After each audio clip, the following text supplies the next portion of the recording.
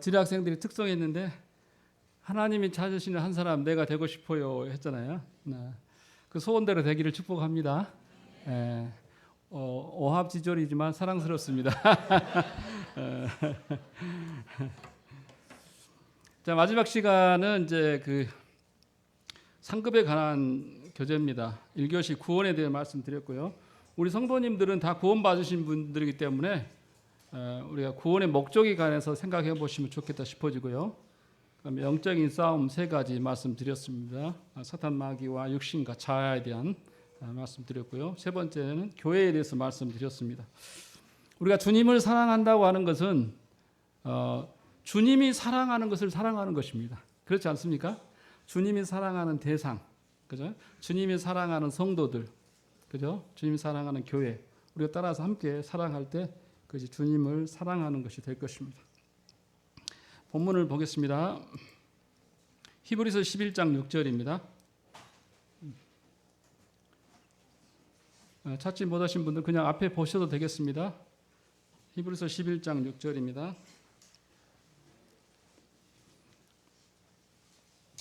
같이 한번 읽겠습니다. 11장 6절 같이 읽겠습니다. 시작. 믿음이 없이는 하나님을 기쁘시게 하지 못하나니 하나님께 나아가는 자는 반드시 그가 계신 것과 또한 그가 자기를 찾는 자들에게 상 주시는 이심을 믿어야 할지니라.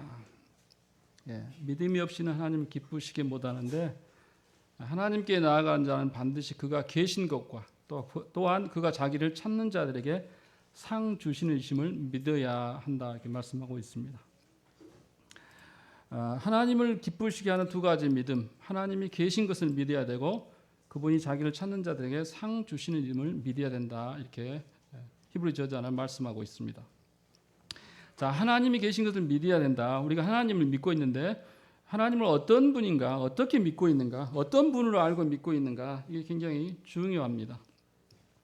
자, 출애굽기서를 한번 또 보겠습니다. 출애굽기 3장 7절에서 8절입니다. 우리가 믿는 하나님은 어떤 분인지 한번 살펴보겠습니다. 출애굽기 3장 7절 8절 다 같이 한번 또 읽겠습니다. 시작. 여호와께서 이르시되 내가 애굽에 있는 내 백성의 고통을 분명히 보고 그들이 그들의 감독자로 말미암아 부르짖음을 듣고 그 근심을 알고 내가 내려가서 그들을 애굽인의 손에서 건져내고 그들을 그 땅에서 인도하여 아름답고 광대한 땅, 젖과 꿀이 흐르는 땅, 곧 가나안 족속, 헷 족속, 아모리 족속, 브리스 족속, 히이 족속, 여부스 족속의 지방에 데려가려 하노라. 출애굽기 3장은 하나님께서 모세를 부르시는 소명에 관한 장입니다. 떨기나무 가운데서 모세를 부르셔서 자기를 계시하시면서 나는 아브라함과 이삭의 야곱의 하나님이다 이렇게 하시면서 하나님께서 400년 동안 애굽에 종살이 하면서 그들이 당하는 모든 것들을 그들의 고통을 내 백성의 고통을 분명히 보고 또 그들의 부르짖음을 듣고 또 그 근심을 알고 이제 그들을 애굽인의 손에서 건져내어 가나안 땅으로 데려가려 한다고 말씀하고 있습니다. 여기서 나오는 것을 보면요, 하나님은 살아계신 하나님이십니다. 그죠? 이론상으로 존재하는 분이고 살아계신 하나님이라는 거죠. 우리가 믿는 하나님은 살아계시다고 하는 것은 어떤 의미냐? 우리의 모든 것을 보고 듣고 알고 계시고 또 그 문제에 대해서 해결책을 갖고 계신 실질적으로 우리를 도우실 수 있는 분이라고 하는 것입니다. 살아계신 하나님. 자, 이 하나님이 정말 살아계신 분이라고 하는 것을 믿게 될 때 우리의 삶의 많은 부분에서 우리는 위로와 격려와 용기를 얻게 됩니다. 그러겠죠? 자, 히브리서 12장에 보면 많은 믿음의 선진들, 그들의 유대한 그 삶이 나옵니다. 저는 그것을 보면서 똑같이 다 하나님을 경외하는 사람들이고 다 우리 구원받은 자녀들인데 어떻게 그분들은 그렇게 놀라운 삶을 살 수 있었을까? 그죠? 제가 최근에 우리 교회에서 이제 침례식을 이제 학생들이 이제 5명이 받았는데 이제 어른까지 7명이 받았는데 제가 그 침례 받은 분들한테 뭔가 선물을 하나 하고 싶었어요. 선물. 그래서 뭘 책을 하나 선물하면 좋겠는데 뭘 할까 싶어가지고 생각해 보다가 침례와 관련된 아주 좋은 책이 있는데 그게 뭐냐면 시베리아 불꽃입니다. 혹시 시베리아 불꽃 보신 적 있으십니까? 80년대 아주 놀랍게 한국 기독교에 엄청난 반향을 불러일으켰죠. 근데 저희 집에는 그 책이 거의 한 권인가밖에 없어가지고 전도출판사에 전화를 했습니다. 혹시 단종되지 않고 이것이 있습니까? 했더니 있다는 거예요. 지금도 아주 잘 팔린대요. 일반 교계에서 그 책을 굉장히 많이 사서 본다는 것입니다. 그래서 제가 너무 반가워서 그 책을 주문해서 이제 소련 그 연방 그 어두운 공산당 치하에서 우리 믿음의 이 선진 선배들이 어떻게 자기 목숨을 아까워하지 않고 복음을 위해서 초계같이 자기를 드리면서 엄청난 핍박을 받으면서 그들이 믿음의 순결을 지키고 이렇게 살아왔는지 간증이 실린 그 책을 나눠 드렸습니다. 자, 그들이 그렇게 이제 히브리서 11장에 나온 선진들도 그렇고 또 우리 앞선 세대들 그렇고 실제로 지금 이 시대도 북한 가까운 데 북한을 보면요. 은밀하게 지하에서 몰래 하나님 섬기는 분들이 많이 있습니다. 제가 북한 선교 모임에 관련돼서 일을 하고 있는데요. 여러 가지 얘기를 이제 탈북 목회자들부터 듣게 되면은 엄청나게 지금도 많은 북한에서 지하교회 성도들이 복음을 위해서 주님을 섬기면서 살아요. 근데 그때 만약에 발각이 되면 어떻게 됩니까? 바로 순교입니다. 바로 죽임을 당해요. 그럼에도 불구하고 그들이 그 믿음을 버리지 않고 하나님을 은밀하게 섬기는 것입니다. 왜 그렇게 할 수 있겠어요? 어떻게 그런 용기와 힘들이 나오겠습니까? 그것은 우리가 믿는 하나님은 살아계신 하나님입니다. 우리의 모든 일거수일투족, 우리 마음속에 일어나는 모든 생각까지도 보고 듣고 알고 계시고 또 그런 것들을 도우실 수 있고 또 우리 그 모든 그 헌신과 희생에 대해서 복 주시는 분인 것을 믿기 때문에 그렇게 하는 것입니다. 그죠? 우리가 주님을 섬기다 보면은 교회에서뿐만 아니라 삶의 현장에서 많은 억울한 일을 당합니다. 그죠? 믿는 것 때문에 당하기도 하고 또 애매한 고난과 핍박을 당합니다. 그러죠? 그다음에 그런 것들을 위해서 낙심과 좌절을 당하고 극심한 시련을 당할 때도 있습니다. 근데 그런 그 어려움 상황 속에서 우리의 믿음을 지탱해 줄 수 있는 그 힘, 에너지가 어디서 나오겠습니까? 살아계신 하나님이 이 모든 것들을 다 알고 계신다. 보고 듣고 계신다. 우리를 도우실 수 있는 분이고 이 모든 것들에 대해서 하나님이 상으로 주시는 분이다 하는 것들을 믿기 때문에 그런 것입니다. 그리스도의 그 상급에 관해서 그리스도 심판대를 좀 오늘 교제하기를 원합니다. 이 심판대를 교제하면서 제가 이종수 형제님이 쓴 형제들의 집에서 나온 이것이 그리스도 심판대이다 이 책을 제가 참고를 해서 미리 말씀을 드립니다. 자, 로마서 14장 10절에 보면은 10절 10절 보면은 네가 어찌하여 네 형제를 비판하느냐 어찌하여 네 형제를 업신여기느냐 우리가 다 하나님의 심판대 앞에 서리라. 기록되었을 때 주께서 이르시되 내가 살았노니 모든 무릎이 내게 꿇을 것이요 모든 혀가 하나님께 자백하리라 하였느니라. 이러므로 우리 각 사람이 자기 일을 하나님께 직구하리라. 형제를 판단하는 비판하는 일을 조심하라 경고하면서 왜 그래야 되냐면 우리가 나중에 이제 주님 앞에 갔을 때 그리스도 심판대 앞에서 우리가 그 형제를 비판하고 판단하는 것에 대해서 우리 입으로 직접 다 자백하고 직구하게 될 것이기 때문에 그래서 그날의 부끄러움을 당하지 않기 위해서는 함부로 형제들 비판하고 판단하지 말라 이렇게 경고하는 것입니다. 약간 이제 로마서 14장 10절에 나온 그 하나님의 심판 때는 약간 부정적인 부분에서 우리에게 경고를 주는 말씀이라 생각이 되어집니다. 고린도후서 5장 8절에 10절에는 우리가 담대하여 원하는 바는 차라리 몸을 떠나 주와 함께 있는 그것이라. 그런즉 우리는 몸으로 있든지 떠나든지 주를 기쁘시게 하는 자 되기를 힘쓰노라. 왜죠? 이는 우리가 다 반드시 그리스도 심판대 앞에 나타나게 되어 선악간에 그 몸으로 행한 모든 것을 따라 받기 때문에 그렇습니다. 그리스도 심판대 앞에 나가서 우리가 선악간 행한 몸으로 행한 모든 것을 따라 받기 때문에 우리는 몸으로 있든지 떠나든지 주를 기쁘시게 하는 자 되기를 힘써야 됩니다. 아시겠죠? 그리스도 심판 때와 백보자 심판은 좀 다릅니다. 그리스도 심판 때는 상급 심판 때죠. 우리의 행실에 대한 상급 심판 때입니다. 우리 자체에 대해서 심판을 받는 게 아니고 우리가 구원받은 이후에 하나님 어떻게 섬겼는지에 대해서 그 상급 심판 때가 그리스도 심판 때겠습니다. 이곳은 죄에 대한 형벌을 논하는 자리가 아니고 또 우리 구원의 여부를 판단하는 심판대가 아닙니다. 그죠? 그것은 백보자 심판에서 악인들을 심판한 자세 있게 됩니다. 악인들에 대한 심판, 죄에 대한 형벌은 나중에 천년왕국 끝나고 백보자 심판 때에 이루어질 것입니다. 골로새 1장 13, 14절 한번 보겠습니다. 한번 읽어보겠습니다. 골로새서 1장 13, 14절.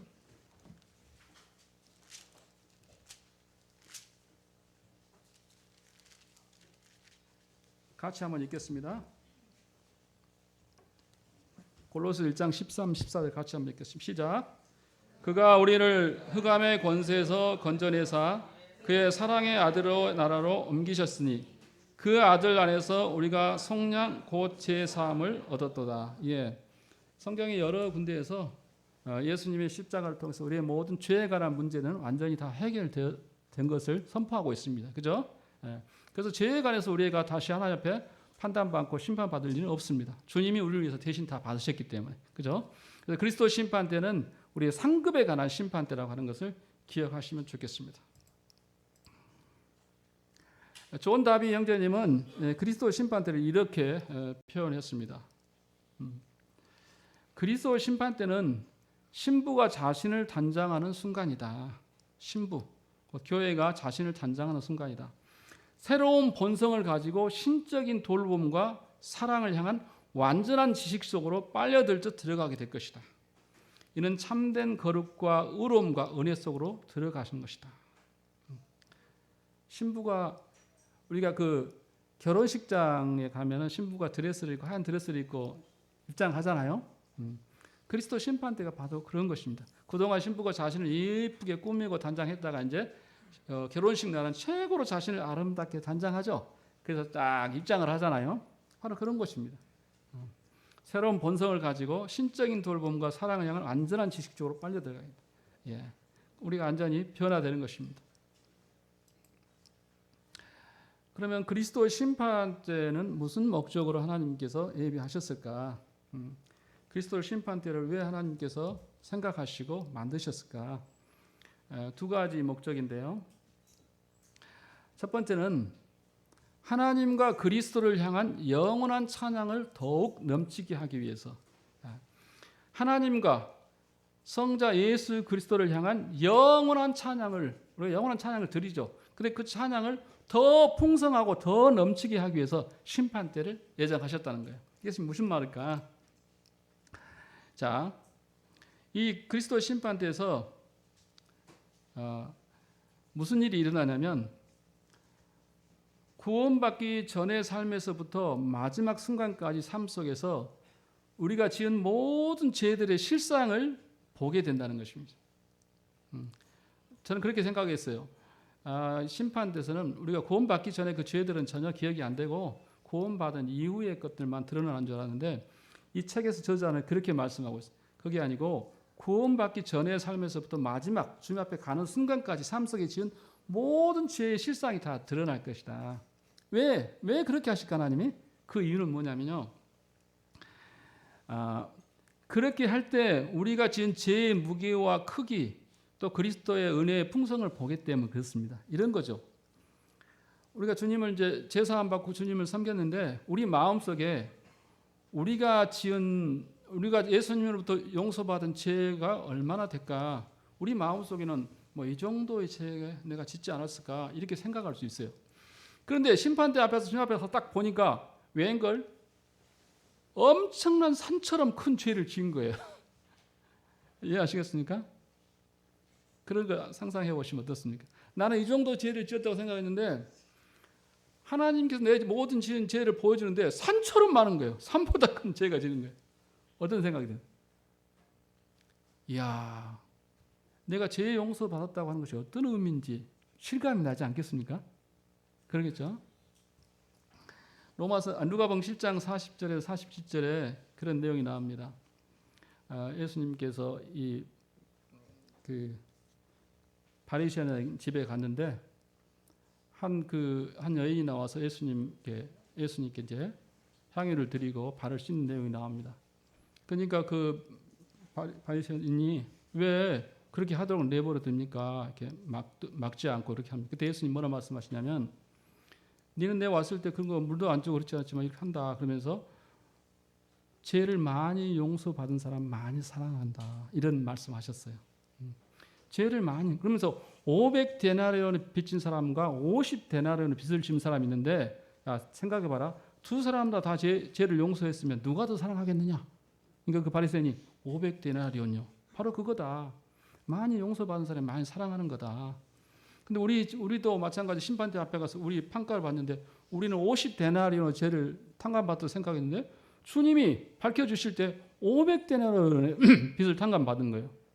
그때 우리는 엄청나게 놀라겠죠. 그죠? 그러면서 우리가 깨닫는 것은 주님이 우리의 죄를 용서했다고 하는 것이 어떤 의미인지 그 은혜의 크기와 풍성을 우리가 새롭게 인식하게 되는 것입니다. 그러면서 옛날에 이만큼 하나님을 찬양했다면 이제는 산만큼 큰 그리스도의 은혜를 생각하면서 하나님을 찬양한다고 하는 것입니다. 그래서 처음부터 끝까지 우리 모든 죄를 보여줄 것이다. 이렇게 말씀을 하고 있는 것입니다. 숨은 것이 장차 드러나지 아니할 것이 없고 감추인 것이 장차 알려지고 나타나지 않을 것이 없느니라. 네, 우리가 했던 모든 것들이 다 드러날 것입니다. 다 드러날 것입니다. 자, 두 번째입니다. 하나님과 그리스도를 향한 영원한 찬양을 더욱 넘치게 하기 위해서 심판대를 예배했는데 두 번째는 뭐냐면 지상에서 우리를 돌보신 주님의 완전한 지혜를 나타나기 위해서 이해할 수 없었던 일들에 대한 오해를 풀기 위해서.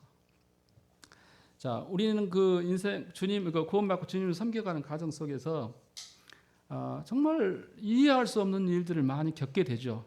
그리고 우리 마음에 의문을 품게 되고 때때로는 하나님께 대한 불신과 원망을 가질지도 있습니다. 왜 하나님께서 그렇게 하셨을까? 왜 그런 상황을 허락하셨을까? 저희 학동교회 전신 해남 강절교회 초기에 그런 일이 있었습니다.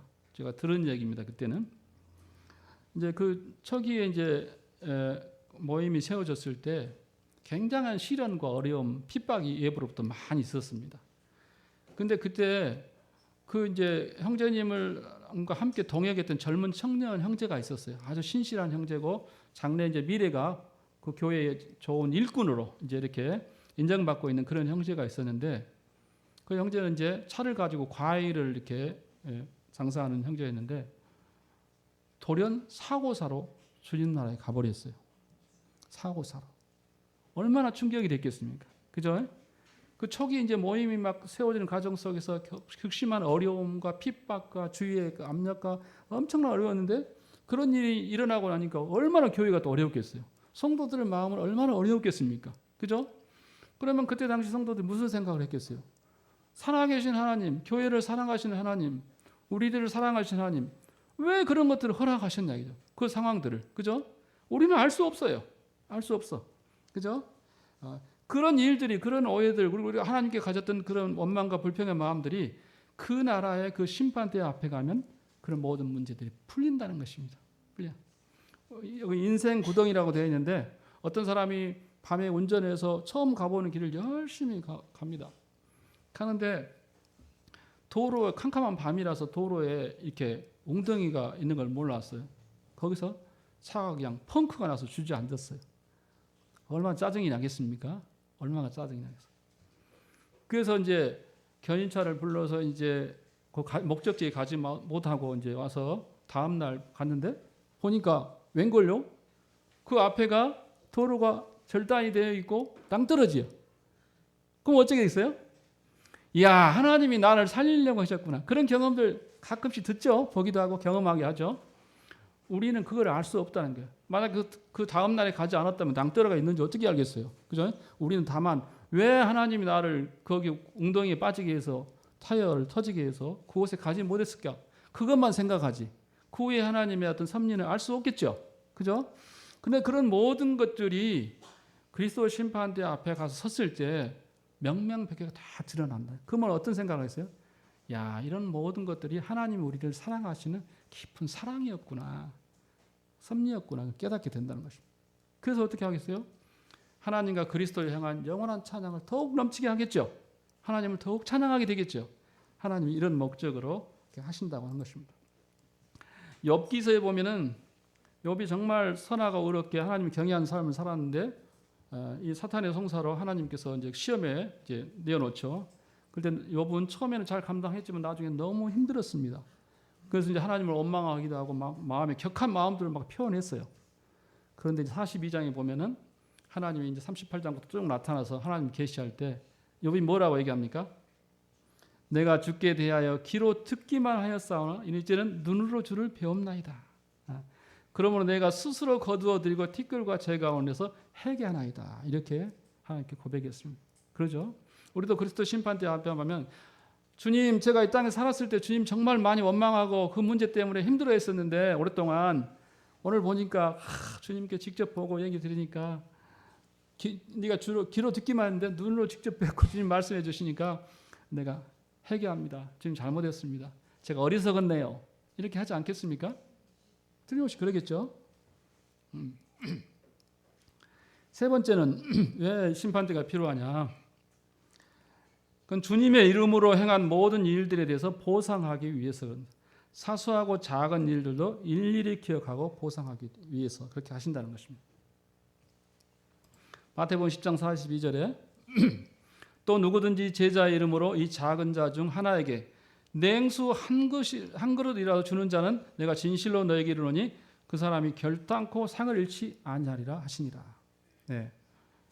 그리스도의 심판대를 통해서 우리가 이 땅에서 행했던 모든 그것이 사소하든 크든 모든 수고와 헌신들 하나님 위해서 했던 모든 것들을 하나님이 다 기억하시고 보상하기 위해서 그리스도 심판대를 예비하셨다는 것입니다. 이해가 되시죠? 예, 우리 서대문교회 성도님들이 위로받고 격려를 받기를 바라고 또 더 힘을 내시길 바랍니다. 예. 이것이 이제 심판대 목적이 첫 번째 이유입니다. 두 번째는 뭐냐? 이 세상에서 그리스도를 위해 살도록 동기부여하기 위해서 이 상이 주는 묘한 힘이 있죠. 그죠? 상이 주는 힘이 있습니다. 아이들이 학교에서 열심히 공부하는데 열심히 공부하는 아이나 공부하지 않은 아이나 똑같아요. 상이 없으면 동기부여가 안 되겠죠. 그죠? 작은 상이라도 있으면 그 상을 받기 위해서 열심히 하고 그렇게 합니다. 주님도 우리에게 이 참 험난한 세상 가운데서 얼마나 주님 섬기기 힘드니까 이런 험난한 세대 가운데서 우리에게 야 힘을 내 용기를 내 너희들 그렇게 열심히 나를 섬기는 거 내가 다 기억하고 있어. 그리고 그 모든 것들을 내가 다 계산해서 상으로 줄 거야. 이 수고를 다 알아. 이렇게 말씀해 주시면 얼마나 우리에게 격려가 됩니까? 그러죠? 15장 58절 같이 한번 읽겠습니다. 시작. 그러므로 내 사랑하는 형제들아 견실하며 흔들리지 말고 주의 일에 더욱 힘쓰는 자리를 해라. 이는 너의 수고가 주 안에서 헛되지 않을 줄 압니다. 예. 너희 수고가 주 안에서 헛되지 않을 줄 압니다. 누구 말씀입니까? 하나님 말씀입니다. 하나님 우리에게 주신 약속입니다. 그분은 말씀하신 대로 온전히 지키시는 분이죠. 자, 그러면 심판대 앞에 섰을 때 우리가 어떤 부분에서 평가를 받게 될까요? 5가지 부분에서 평가를 받게 됩니다. 첫 번째는 우리의 행동입니다. 우리 몸으로 행한 것. 고린도서 5장 10절에 이는 우리가 다 그리스도 심판대 앞에 나타나게 되어 각각 선악과에 그 몸으로 행한 것을 따라 받으려 합니다. 몸으로 행한 것. 우리가 생각 속에는 또 이렇게 해야겠다 이런 저런 계획들과 생각들을 많이 할 수 있어요. 그러나 실제로 몸을 통해서 그런 일들을 행하지 않으면 어떻게 되겠어요? 그죠? 성도를 섬기는 것, 복음을 전하는 것, 여러 가지 영역에서 봉사하는 부분에서 머릿속에만 머물고 있지 실제로 실행하지 않는다면 그것이 우리에게 상급으로 주어지지는 않을 것입니다. 두 번째는 말입니다. 말. 마태복음 12장 36절에 내가 너희에게 이르노니 사람이 무슨 무익한 말을 하든지 심판날에 이에 대하여 신문을 받으리니. 우리의 이 말을 통해서 다른 성도들을 격려하고 세우고, 그죠? 힘을 주고 이런 일들을 할 수 있습니다. 또 한편으로는 다른 사람의 상처를 주고 실족하게 하고 어려움을 길 수도 있는 것입니다. 그래서 우리에게 주신 이 말을 통해서 우리는 성도를 세우는 일, 교회를 세우는 일, 복음을 전하는 일, 하나님 나라 확장하는 일, 하나님께 영광을 돌리는 이런 일들을 해야 되는 것입니다. 그죠? 말이지, 말. 우리가 얼마나 많이 말을 통해서 실수를 합니까? 상처를 주고 이런 부분에서 판단을 받는다고 하는 것입니다. 세 번째는 봉사입니다. 봉사. 고린도서 3장 14, 15절에 만일 누구든지 그 위에 세운 공적이 그대로 있으면 상을 받고 누구든지 그 공적이 불타면 해를 받으리라. 우리가 주님을 위해서 행했던 모든 일들을 공적으로 표현하는데 그 모든 일들에 대해서 하나님이 심판한다는 것입니다. 그런데 이 성경 고린도서 뭐라고 말씀하냐면 불로서 심판한다고 그랬어요. 우리가 행한 모든 일에서 시험을 한번 거치는 것입니다. 그래서 이 불로서 심판하는데 우리 공적을 쌓아놓은 공적을 불로 딱 시험하게 되는데 불로 시험했을 때 남은 것은 상을 받고 다 없어지는 것은 상을 받지 못한다. 그래서 우리가 주님을 섬기는 그 섬김이 나무나 풀이나 집 같은 것으로 지어진 공력이라면 다 타고 없어요. 뭘 대단한 일을 한 것 같은데 그 불시험을 딱 통과할 때 다 타서 없어진다. 아무것도 없는 것입니다. 그런데 금과 은과 보석으로 지어진 거라면 그대로 남아있겠죠. 불시험을 견디는 것입니다. 그것은 우리에게 그대로 공이 될 것이다. 뭘 말씀하겠어요? 우리의 섬김이 하나님의 말씀에 근거한 섬김이어야 된다고 하는 것입니다. 첫 번째는 고린도 디모데후서 2장 5절에 경기하는 자가 법대로 경기하지 않으면 상을 얻지 못한다 그랬어요. 그죠?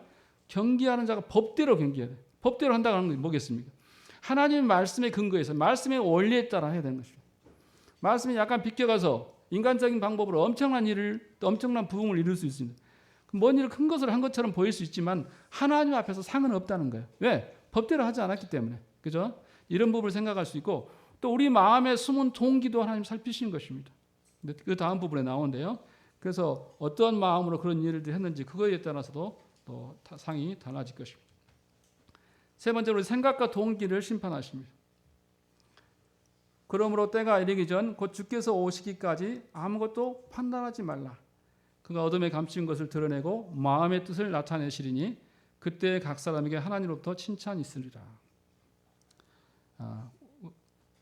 우리 마음속에 있었던 불순한 생각과 동기들, 그죠? 우리가 성도들에서 교회들에서 다른 사람들에 대해서 혹시라도 이런 마음을 품고 있었다면 그런 부분에서도 다 하나님께서 판단하신다고 하는 것입니다. 자, 마지막에는 이제 양심에 관한 문제입니다. 성경에 명백하게 언급하고 있지 않지만 우리 양심에 맡겨놓은 그런 문제들이 있어요. 그죠? 거기에 대해서 우리 또 평가를 받습니다. 네가 어찌하여 네 형제를 비판하느냐? 어찌하여 네 형제를 업신여기냐? 우리가 다 하나님의 심판대 앞에 서려. 로마서 14장에 보면은 로마 성도들이 음식이나 뭐 절기를 지키는 이런 문제에서 자기와 분별이 다른 것 때문에 어떤 성도들을 자기가 견해를 달리하고 있는 성도들을 비판하고 판단하고 그랬습니다. 거기에 대해서 그렇게 하지 말라고 얘기하는 것입니다. 우리 신앙 양심에 맡겨진 것은 하나님께서 판단하실 것입니다. 그런 부분들과 살다 보면 종종 있습니다. 그죠? 성경에 명백하게 규정되어 있지 않지만 성도 각자 양심에 맡겨놓은 그런 문제에 대해서는 우리가 조심해야 된다고 하는 것입니다.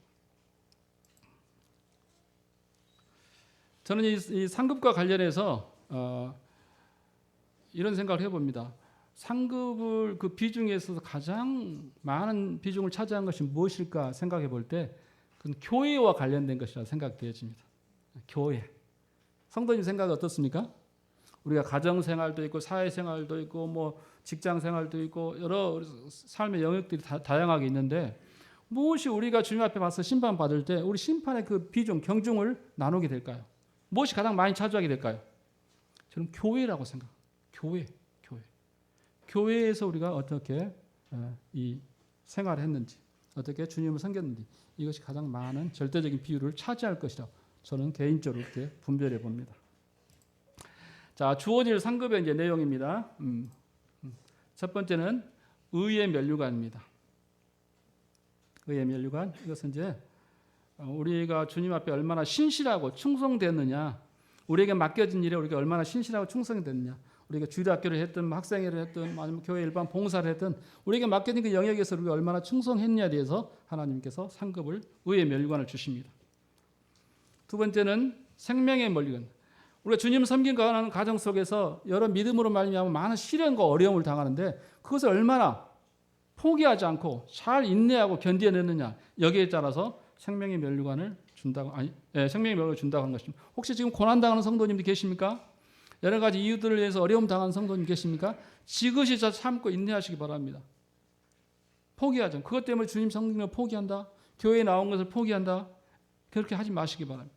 하나님이 그거에 대해서 잘 인내하시면 생명의 면류관을 주시겠다 말씀하십니다. 영광의 면류관은 목자에게 주는 것입니다. 우리에게 맡겨진 양들, 작은 양이든 큰 양이든 양들을 얼마나 신실하게 돌보고 섬겼냐에 대해서 영광의 면류관을 주시는 것입니다. 마지막은 자랑의 면류관입니다. 전도자들.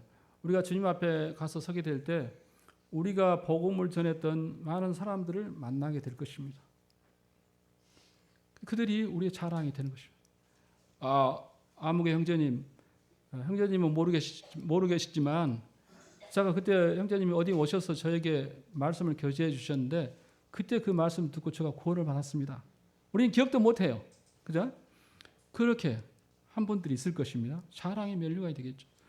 또 우리는 어떤 분들에 대해서 직접 복음을 전하지 못했지만 그 사람을 위해서 오랜 기간 동안 중보했어요. 기도했어요. 주님은 그런 것들도 밝혀주실 것입니다. 그죠? 그 무수하게 기도했던 수많은 중보자들, 그들 가운데 구원받고 주님 나라에 더해진 사람들 있다면 그 사람들도 우리의 자랑이 될 것입니다. 그죠? 우리 이런 부분에 생각하면서 복음을 전하는 일에 더 힘써야 될 것입니다. 계시록 4장 10절에 보면 24장로들이 하나님 앞에서 이렇게 경배하는 장면이 나옵니다. 그들은 자신이 받은 면류관을 보호자 앞에 드리며 하나님께 경배합니다. 그죠? 한번 이거 찾아보겠습니다. 계시록 4장 10절.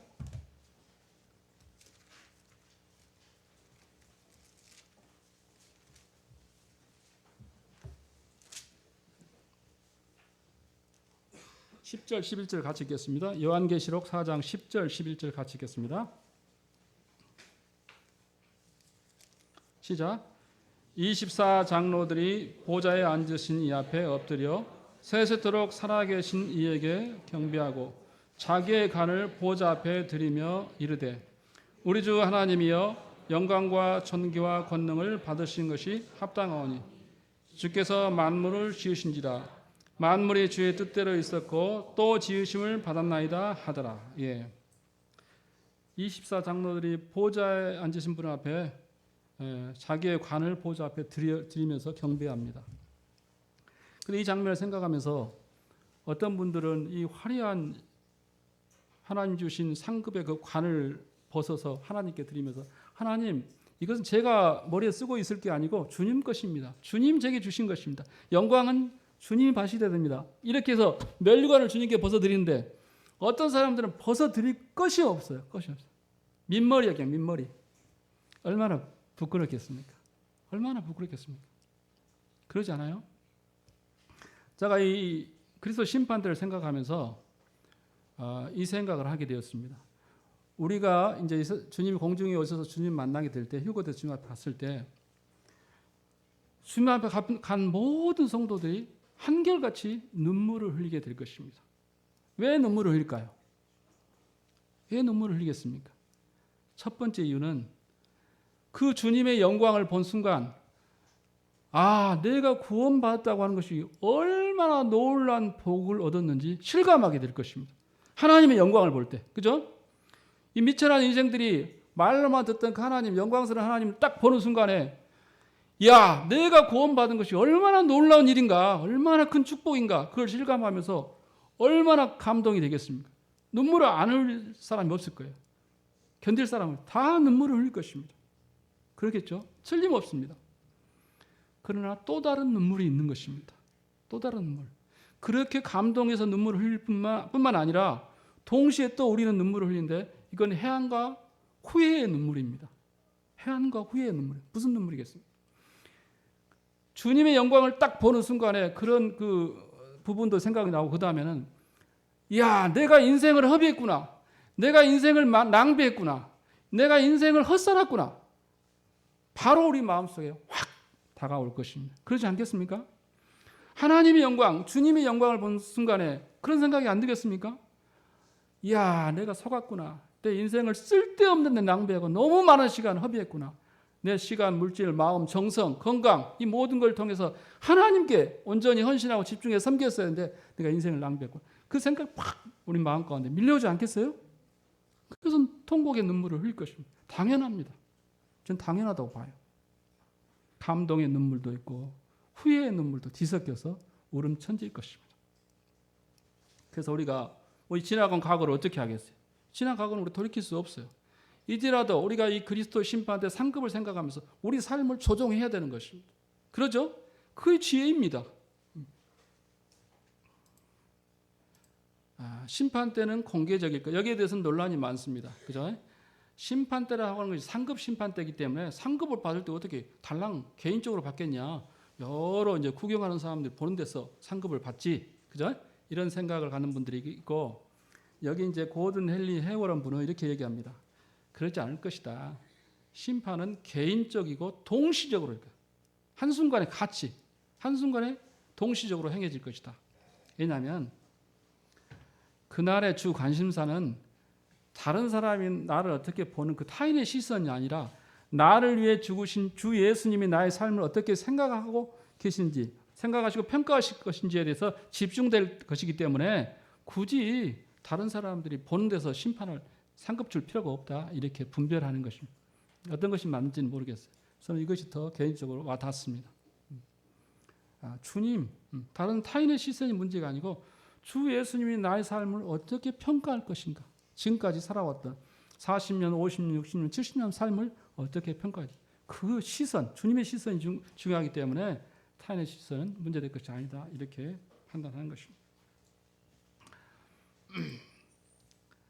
마지막입니다. 같이 한번 읽겠습니다. 같이 한번 읽겠습니다. 시작.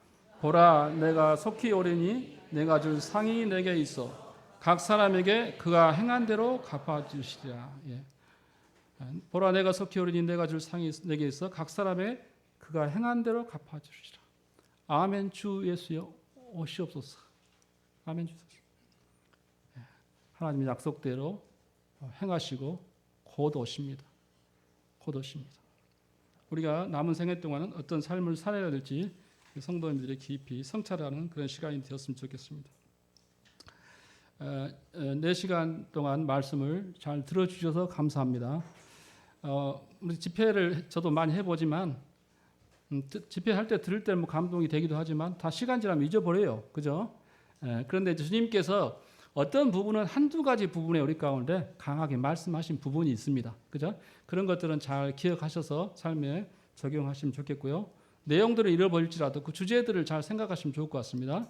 그래서 죄에 관한 문제, 영적인 싸움 문제, 교회, 그다음에 상급 이 주제는 생각하시면 굉장히 유익하리라 생각이 되어집니다. 여러분들 지금까지 서대문 교회에 있으면서 늘 고급진 음식만 주로 드시다가 해남의 이 땅끝에서 와서 흙냄새 풀풀 나는 이 거친 음식 드시나 고생하셨습니다. 잘 들어주셔서 감사합니다. 기도하고 마치겠습니다. 기도하고 마치겠습니다. 지금 고맙습니다. 1박 2일 짧은 기간이지만 우리 서대문교회 성도들과 하는 말씀으로 교제할 수 있는 은혜를 제게 주셔서 감사합니다. 아버지 하나님, 성령께서 들은 바 그 말씀들 가운데 역사해 주셔서 성도들 삶을 합당하게 조정하게 하시고 또 이와 같은 계기를 통해서 우리가 주님을 섬기는 섬김의 모양과 여러 가지 삶의 영역에 있어서 하나님으로서 기쁘시게 하고 영광스럽게 하는 그런 중요한 계기가 될 수 있도록 도와주시기를 간절히 원합니다. 서대문 교회를 주께서 계속 붙들어 주셔서 성도들의 사랑 가운데 연합해서 주와 복음을 위해서 몸된 교회를 위해서 헌신하고 충성함으로 하나님 앞에 아름다운 교회로 세워지고 드려지고 영광을 돌린 교회가 될 수 있도록 늘 함께해 주시기 원합니다. 이곳에 계신 모든 성도님 삶을 기억하시고 축복하시고 은혜의 은혜를 더하시기를 간절히 바라옵고 주 예수님의 이름으로 기도함나이다. 아멘. 감사합니다.